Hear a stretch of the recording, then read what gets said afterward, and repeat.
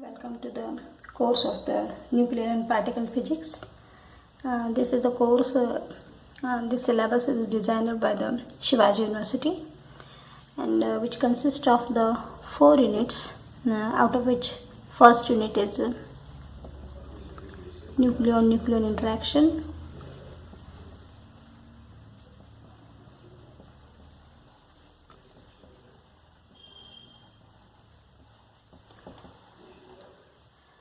Then second unit is about the shell model.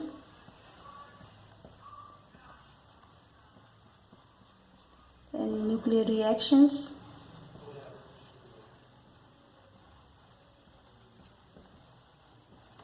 And finally, the fourth unit is about the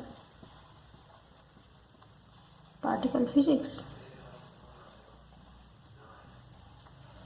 Okay, now as you can see that this unit 1 directly starts from the nucleon-nucleon interaction. In this unit, we are going to deal with the what is the NP potential. We know that this nucleus consists of a neutron and a proton. So what kind of a potential is present between a neutron and a proton? Or we are also going to see what is the scattering. What is the scattering when the neutron is bombarded on a hydrogen gas, that is a proton? So the scattering at a high energy and also at a low energy we are going to study. Then we are going to deal with some nuclear forces, exchange forces, tensor forces. But before going to this unit, in this unit we are directly using some terms like binding energy,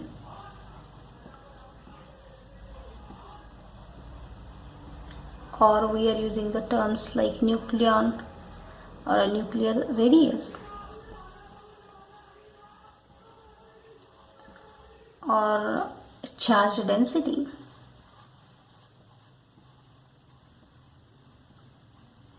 Okay, so basically before going to this unit, we need to know some basic concepts or few introductory points about the nucleus. Okay, so today's lecture will be devoted to the introduction for the nuclear and particle physics. Okay, so let me write it here. Introduction. So this nuclear physics was started in 1909 when these two scientists,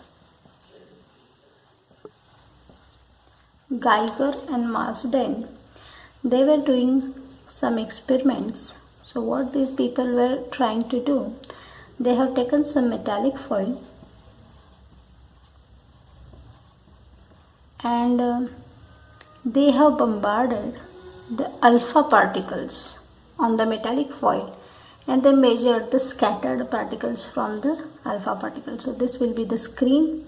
So this is some ZNS. So this is some material which avoid direct alpha particles on the screen. Okay, so that the alpha particles are falling on the metallic foil and they are being scattered over here. So when this Geiger and Marsden, they were bombarding some different metallic foils with alpha particles, they found that out of this 8,000 alpha particles, one alpha particle was backscattered. See here. So they found that remaining 99.99% of the alpha particles were being scattered by the different angles. Okay, but one out of this was backscattered. One out of this 8,000 alpha particles, one of this was backscattered, and these two scientists were surprised by the backscattering of the alpha particles. Then in 1911, Rutherford, who was also working with these people, okay, so he was a mastermind, and he for the first time thought that as these alpha particles being positively charged, having high energy, so these alpha particles which are having positive charge, which are also having the high energy, they are being scattered or they are repelled by some part of the atom. Okay, in 1909, actually the atomic picture was not cleared. Okay, so right now we know that the nucleus is there, situated at the center of the atom, and electrons are revolving around it. This is the classical picture, we can say. But at that time, this picture was not cleared. Okay, so Rutherford at that time thought that there must be some positive charge at the center of the atom, and that positive charge must be concentrated in a very small volume. So this was a Rutherford who coined for the first time this nucleus. So he thought that there must be some positive charge at the center of the atom, and it must be concentrated in a very small volume. Okay, so afterwards, 1920, Chadwick discovered the neutrons, and after that the different nuclear models were developed, and afterward we came to know that in the nucleus neutrons and protons are present and electrons are revolving around it. Okay, and since then the different shell models were suggested for the structure of the nucleus. Different shell models were given for the nucleus, and it was somewhere near 1932, and finally in 1950, okay, so the collective shell model was given,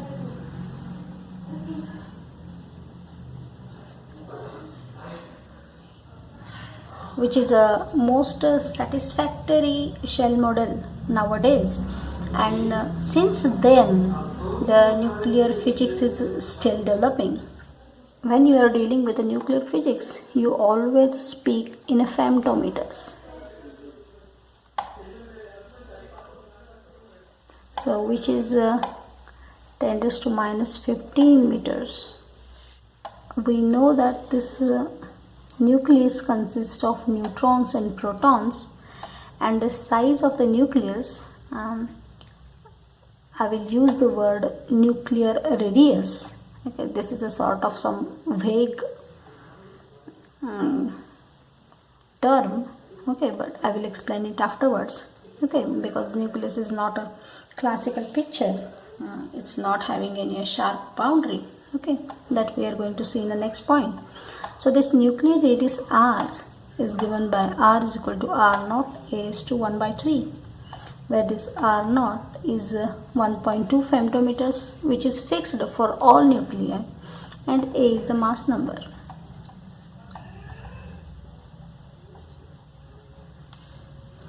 So moving right now, we know near about 108 elements in our periodic table which are found naturally or which we have prepared in the laboratory. Okay, so starting from lighter nuclei like hydrogen or helium to the heavier nuclei like uranium, okay, or thorium. So this nuclear radius changes from 2 femtometers to 8 femtometers only. Okay, so very easy calculations are there. You can take this as your homework.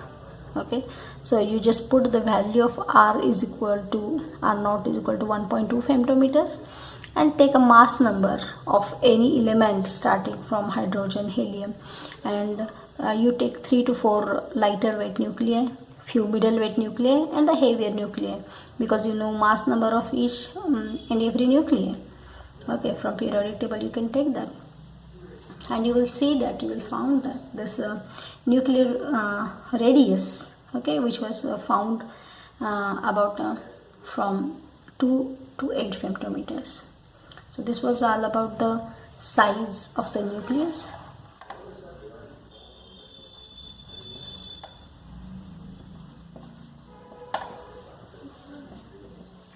So we know that nucleus consists of neutrons and protons.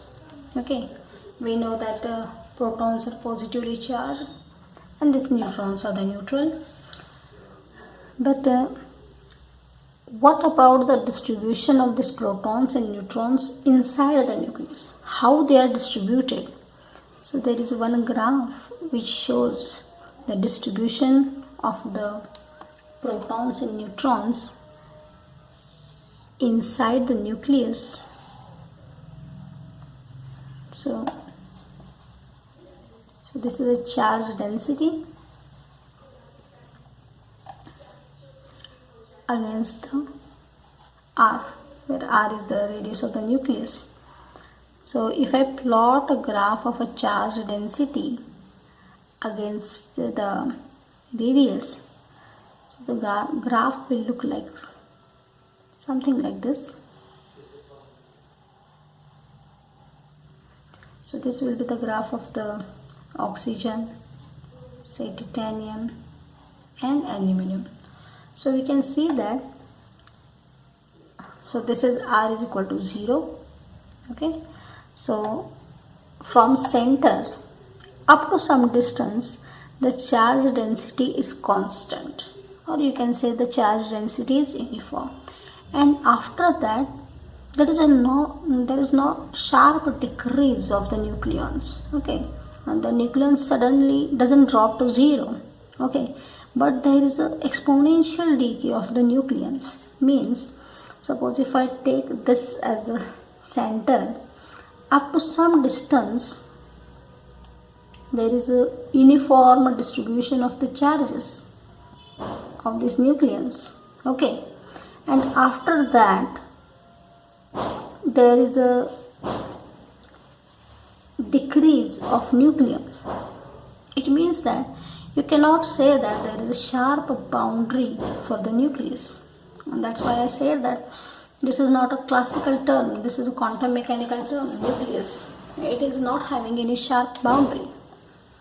So up to some distance this charges, protons and neutrons are uniformly distributed, and after that there is an exponential decay of the nucleons, and this is called as a shell cap.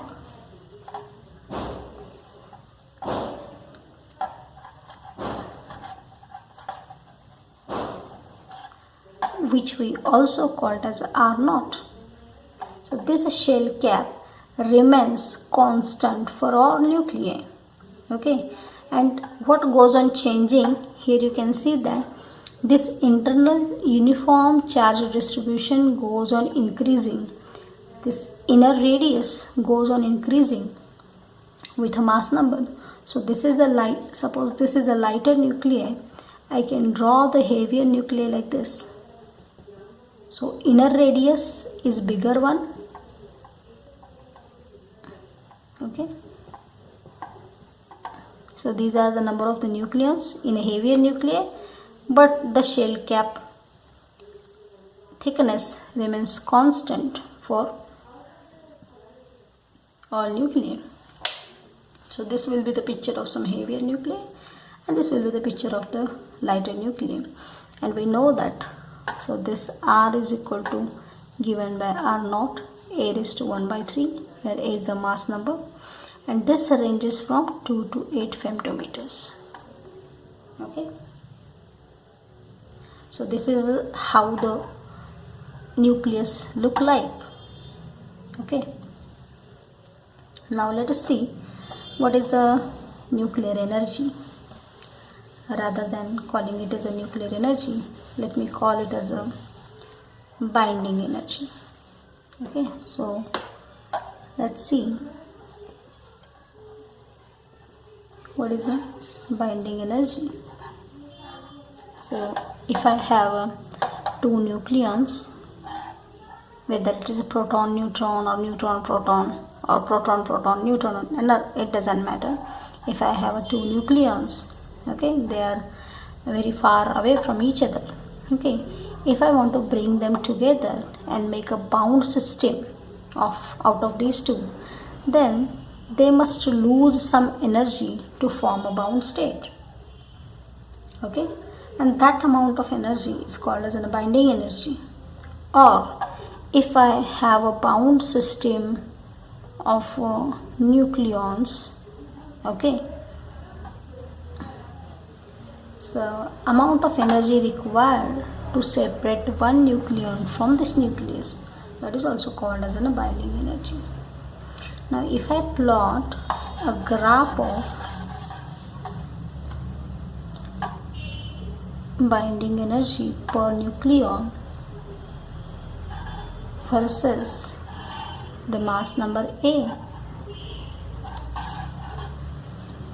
so it was found that binding energy for the lighter nuclei goes on increasing, attains some constant value of nearly 8 MeV, and for heavier nuclei, so it will come down nearly up to the 5 MeV.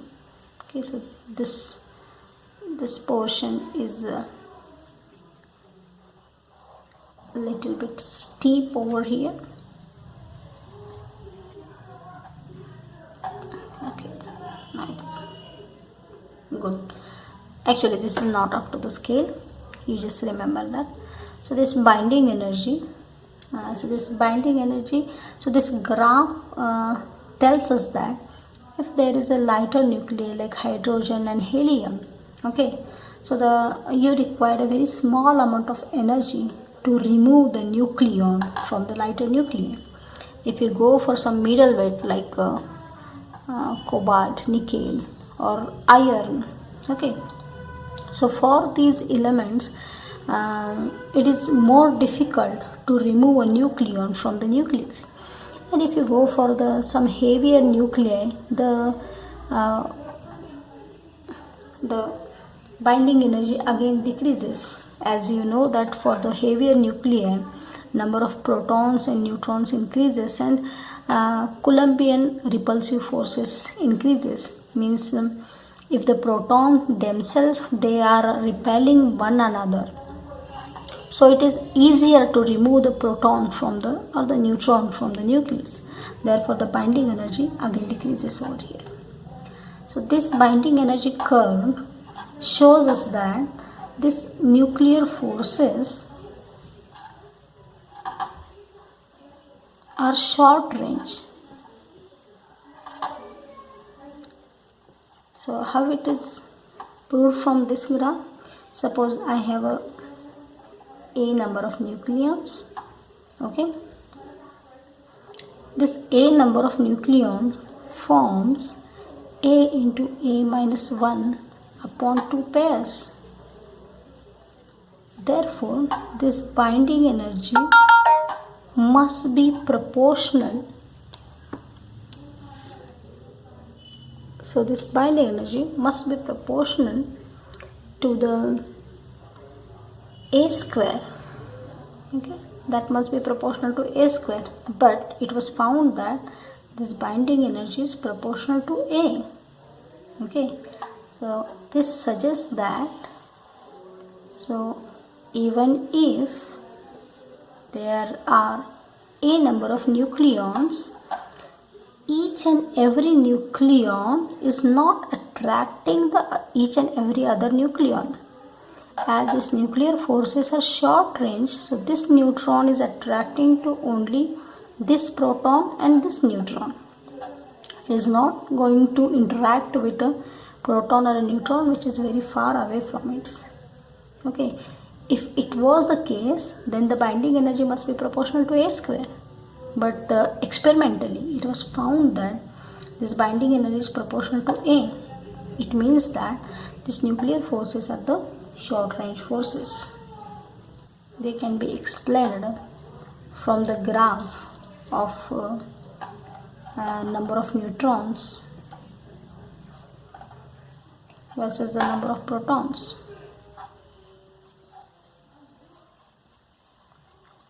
So this is Z. So if this line is showing the equal number of protons and equal number of neutrons, so whatever nuclei we are having in a periodic table, this is a rough diagram, not up to the scale. So these are the stable nuclei which we found in a periodic table. I will denote this as stable nuclei. Okay, so even if the number of neutrons and number of protons is not equal, then also they form a stable nuclei. There are certain combinations of the neutrons and the protons which form a stable nuclei. And what is the meaning of a stable nuclei? Once the nuclei is formed, it will remain for a longer time.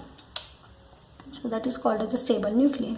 Now if I try to make a nucleus with a more number of protons, say these are the points where the number of protons is greater than the number of neutrons. So if I try to make a nucleus with a more number of protons, so this proton which is extra, so that will convert itself into a neutron with the emission of the positron and a neutrino, and we call this reaction as positive beta decay. If I try to make a nucleus with a more number of neutrons, so I am showing it by a hollow circle. So in this hollow circles, what is the situation? Number of neutrons is greater than the number of protons. For this situation, so these neutrons converts themselves, this neutron converts itself into the proton with the emission of the electron and the antineutrino. We call it as a negative beta decay. For some heavier nuclei, I am showing this by a bigger circle. Okay, some heavier nuclei is there. So for a heavier nuclei which is unstable, the Coulombic repulsive forces are there for the heavier nuclei. They are dominant in the heavier nuclei. So that in that case, what may happen? So this nuclei may give out alpha particle. It means that more than one nucleons can be emitted by one nucleus, which we call it as alpha decay. Or it may undergo fission to nearly equal mass nuclei. We call it as a fission. Okay, so nearly all nuclear reactions can be